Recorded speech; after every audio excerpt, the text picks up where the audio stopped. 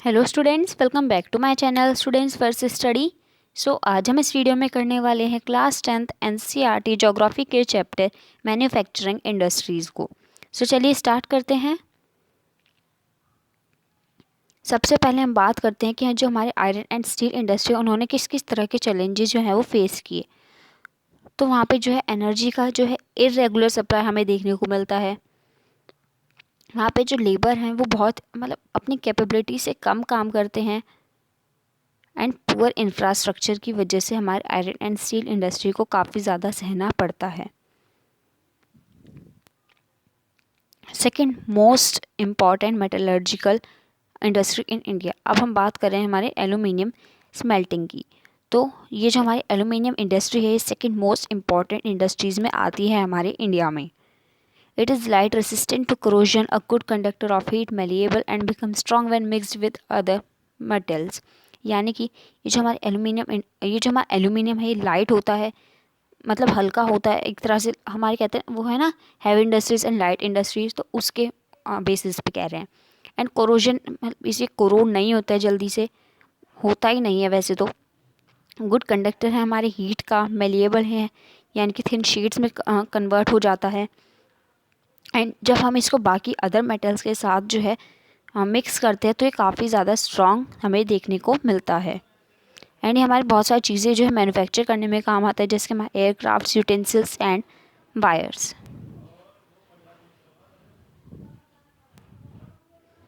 अब बात करते हैं दो ऐसे फैक्टर्स की जिन पे डिपेंड होता है कि हमारी इंडस्ट्री वहाँ पे होगी या नहीं होगी। सबसे पहला है कि वहाँ पे अगर इलेक्ट्रिसिटी का रेगुलर सप्लाई है तो वहाँ पे इंडस्ट्री हो सकती है। एंड अगर वहाँ पे रॉ मटेरियल बहुत ही सस्ते में मिल रहा हो तो फिर तो वहाँ पे पक्का ही होनी है। अब बात करते हैं हमारी केमिकल इंडस्ट्रीज़ की। This industry in India is fast growing and diversifying. यानी कि जो हमारी इंडिया है ये जो हमारी इंडस्ट्री है ये जो हमारी इंडस्ट्री है ये सबसे ज़्यादा फास्ट ग्रोइंग इंडस्ट्रीज़ में आती है। इसमें जो हमारे दोनों तरह के यूनिट्स आते हैं, हमारे लार्ज स्केल मैन्युफैक्चरिंग यूनिट्स भी एंड हमारे स्मॉल स्केल मैन्युफैक्चरिंग यूनिट्स भी। Rapid growth has been recorded in both organic and inorganic sector. यानी कि जो इसकी ग्रोथ है वो दोनों ही सेक्टर्स में बराबर हमें देखने को मिलती है, ऑर्गेनिक में भी एंड इनऑर्गेनिक सेक्टर में भी। अब बात करते हैं हम इनऑर्गेनिक केमिकल्स की। इसमें आते हैं हमारे कुछ sulphuric acid, nitric acid, alkalis, soda and caustic soda. And हमारे ऑर्गेनिक केमिकल्स में आते हैं पेट्रोकेमिकल्स, जिन्हें हम कुछ सिंथेटिक फाइबर्स या कुछ सिंथेटिक रबर, ड्रग्स, इन सब को जो है मैन्युफैक्चर करने में यूज़ करते हैं। अब बात करते हैं हम फर्टिलाइज़र इंडस्ट्री की। India is third largest producer of nitrogenous fertilisers. यानी कि जो हमारा इंडिया है वो थर्ड लार्जेस्ट प्रोड्यूसर है नाइट्रोजन वाले फर्टिलाइज़र्स का। अगर हम बात करें पोटैश की तो वो हमारी कंट्री में जो है इंपोर्ट किया जाता है। जो ये हमारी फर्टिलाइज़र इंडस्ट्री है ग्रीन रिवॉल्यूशन के बाद काफ़ी ज़्यादा एक्सपेंड हुई थी। और जिन स्टेट्स में ये इंडस्ट्री पाई जाती है हमें देखने को मिलती है वो है तमिलनाडु, उत्तर प्रदेश, गुजरात, पंजाब एंड केरला। और कुछ और स्टेट्स भी है जैसे कि हमारे आंध्र प्रदेश, ओडिशा, राजस्थान एक्सेट्रा। अब बात करते हैं हम सीमेंट इंडस्ट्री की। तो हमारा सीमेंट जो है काफ़ी ज़्यादा एसेंशियल है हमारी कंस्ट्रक्शन एक्टिविटी के लिए। अब वो चाहे फैक्ट्रीज़ बनाने के लिए हो, रोड्स बनाने के लिए हो या फिर घर बनाने के लिए हो। रिक्वायर्स बल्कि एंड हैवी रॉ मटेरियल्स। यानी कि इसमें काफ़ी ज़्यादा हैवी रॉ मटेरियल्स रिक्वायर्ड होते हैं, जैसे कि हमारा limestone, silica and gypsum. Coal and electric power are needed apart from rail transportation.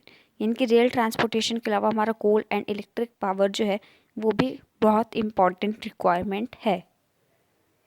First plan जो था हमारे सीमेंट इंडस्ट्री का वो सेटअप हुआ था चेन्नई में 1904 में। तो इसको याद रखना, आपसे पूछा जा सकता है। अब बात करते हैं हम ऑटोमोबाइल इंडस्ट्री की। Automobiles provide vehicle for quick transport of goods, services and passengers. यानी कि जो हमारे ऑटोमोबाइल्स है इसके अंदर हमारे व्हीकल्स आते हैं जिसकी वजह से हमारा किसी भी गुड्स या फिर किसी भी सर्विसेज या फिर जो हमारे पैसेंजर्स होते हैं उनका क्विक ट्रांसपोर्ट हो पाता है।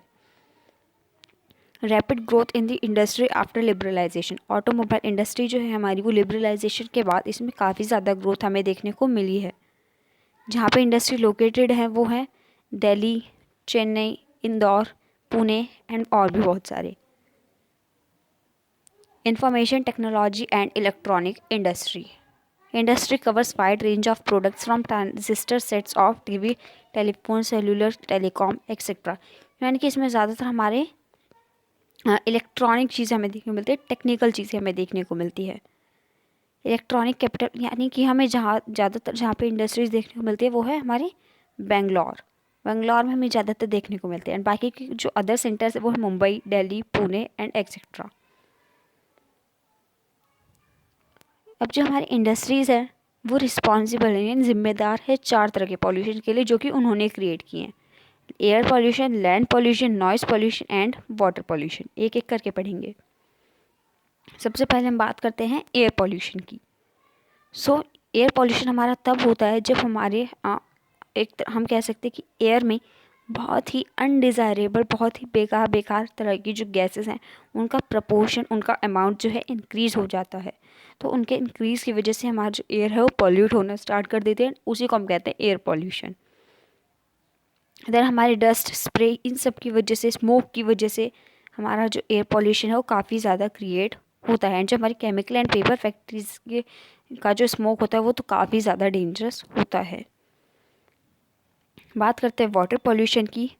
Cause by organic and inorganic industries waste into rivers. यानी कि जब हमारा जो इंडस्ट्रीज़ है, अब जो भी उनका जो वेस्ट है, चाहे वो ऑर्गेनिक हो चाहे वो इनऑर्गेनिक हो, बस वो जो है उस वेस्ट को सारे को बिना किसी तरह के उसको जब फर्टाइल किए हुए उसको रिवर में छोड़ देते हैं। रिवर में छोड़ देते हैं तो वहाँ वाटर जो है पॉल्यूट हो जाता है, उसी को हम कहने लगते हैं वाटर पॉल्यूशन। सबसे बड़े जो मेन कल्प्रिट हमारे वाटर पॉल्यूशन वो है पेपर इंडस्ट्री वाले, pulp, chemical, textile and dye. इन सब में बहुत ज़्यादा वेस्ट प्रोड्यूस होता है। उस वेस्ट को जो है नदियों में छोड़ दिया जाता है। नदियों में छोड़ दिए जाने की वजह से हमारा जो वाटर है वो पॉल्यूट हो जाता है। अगर हम इंडिया में मेजर सॉलिड वेस्ट की बात करें तो उसमें सबसे बड़ा आता है हमारा phospho, gypsum and fly ash भी आता है। थर्मल पॉल्यूशन की बात करते हैं। Hot water from factories and thermal plants is drained into rivers and ponds before cooling. यानी कि जब हमारा जो वेस्ट है वो हमारा जब पानी बन जाता है, हमारा जो वेस्ट है वो जब हमारा पानी होता है तो पानी बहुत ज़्यादा गर्म होता है एंड हम उसको जो है बिना ठंडा किए, बिना उसको फर्टाइल किए हुए है जो हम उसको नदियों में छोड़ देते हैं, उसको ठंडा भी नहीं करते हैं। सो गरम डाल देते हैं एंड उसकी वजह से जो हमारा पानी है वो काफ़ी ज़्यादा पॉल्यूट हो जाता है। हमारे एयर में भी पॉल्यूशन हो जाता है और इसकी वजह से काफ़ी ज़्यादा बीमारियां भी हमें देखने को मिलती है, जैसे कि कैंसर्स, बर्थ डिफेक्ट्स भी पड़ जाते हैं, बहुत तरह के मिसकैरेजेस भी हमें देखने को मिलते हैं। Close relation between soil and water pollution, dumping of waste which makes water and soil useless. यानी कि इसकी वजह से हमारे 2 तरह के पॉल्यूशन देखने को मिलते हैं, एक तो सॉइल पॉल्यूशन, एक हमारा वाटर पॉल्यूशन। एंड दोनों ही केसेस में हमारा वाटर एंड सॉइल जो है इसको जो है इन दोनों को जो है यूजलेस बना देता है हमारा ये वेस्ट। अब बात करते हैं हम हमारे नॉइस पॉल्यूशन की। सो नॉइस पॉल्यूशन को क्रिएट करने में हमारे सबसे ज़्यादा जो रिस्पॉन्सिबल है वो हमारा इंडस्ट्रियल एंड कंस्ट्रक्शन एक्टिविटीज़। जब कंस्ट्रक्शन होता है तो उसमें काफ़ी ज़्यादा आवाज़ हमें देखने को मिलती है। जनरेटर्स एंड हमारे फैक्ट्री इक्विपमेंट, मशीनरी, इन सब में हमें काफ़ी ज़्यादा आवाज़ सुनने को मिलती है। और इसका रिज़ल्ट क्या होता है कि हमें बहुत ज़्यादा गुस्सा आने लगता है, हम बहुत ज़्यादा इरिटेट फील करने लगते हैं एंड हमारा जो है हमें सुनाई कम देने लगता है, हमारी हियरिंग इम्पेयरमेंट हो जाने लगती है। हमारा जो हार्ट रेट है वो काफ़ी ज़्यादा या तो इंक्रीज़ हो जाता है, काफ़ी ज़्यादा कम हो जाता है, यानी कि वो नॉर्मल नहीं रहता है, या तो बढ़ता है या घटता है। जो हमारा बीपी है यानी कि जो हमारा ब्लड प्रेशर है या तो बहुत ज़्यादातर बहुत ज़्यादा बढ़ना हम देखते हैं नॉइज़ पॉल्यूशन की वजह से। अनवांटेड साउंड यानी कि हम बेकार की आवाज़ें निकाल रहे हैं, अपने मुंह से भी निकाल रहे हैं, तो वो भी हमारा नॉइज़ पॉल्यूशन ही क्रिएट कर रहा है एंड उसकी वजह से हमारा स्ट्रेस भी होता है, हम इरिटेट फील भी करने लगते हैं। अब बात करते हैं कंट्रोल ऑफ एनवायरमेंटल डिग्रेडेशन की, यानी कि हम अपने एनवायरनमेंट को डिग्रेड होने से किस तरीके से बचा सकते हैं। तो हम पानी को वेस्ट नहीं करेंगे, सबसे बड़ी बात तो हम अपनी वाटर रिक्वायरमेंट्स को ज़रूर पूरा करेंगे, बट हम अपने जो है ग्रीडीनेस के लिए उसको जो है यूज़ नहीं करेंगे। हम सिर्फ अपनी रिक्वायरमेंट्स पूरी करेंगे और कुछ नहीं। हम सिर्फ अपनी ज़रूरतें पूरी करेंगे, अपनी आदतें पूरी नहीं करेंगे। Harvesting of rain water to meet water requirements, यानी कि हम रेन वाटर हार्वेस्टिंग की हेल्प ले सकते हैं जिससे कि हम वाटर रिक्वायरमेंट्स को जो है फुलफ़िल कर सके।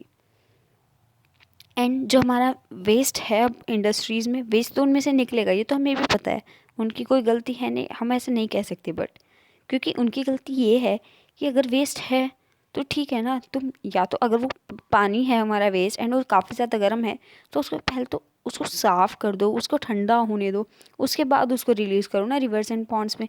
तो इस तरीके से हम जो वेस्ट है उसको ट्रीट करके, उसको अच्छे से साफ़ करके, उसको ठंडा करके, तब जाके हम अगर उसको जो है रिवर्स एंड पॉन्ड्स में रिलीज़ करें तो काफ़ी ज़्यादा हद तक हम अपने एनवायरनमेंट को डिग्रेड होने से बचा सकते हैं। Treatment of industrial effluents in some ways, यानी कि हम इंडस्ट्रियल एफ्लुएंट्स को जो है किस तरीके से ट्रीट कर सकते हैं, उसके कुछ तरीके यहाँ पे हमें दिए गए हैं।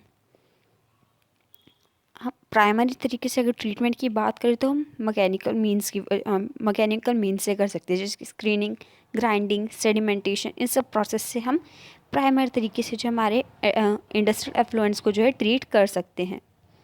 सेकेंडरी तरीके से बात करें तो हम बायोलॉजिकल प्रोसेस से कर सकते हैं। एंड टर्शियरी तरीके से बात करें तो उसमें हमारे हर तरीके के प्रोसेस आ जाते हैं, जैसे बायोलॉजिकल, केमिकल एंड फिजिकल। इसके अंदर हमारा जो वेस्ट वाटर है उसको रिसाइकिल करना भी आता है।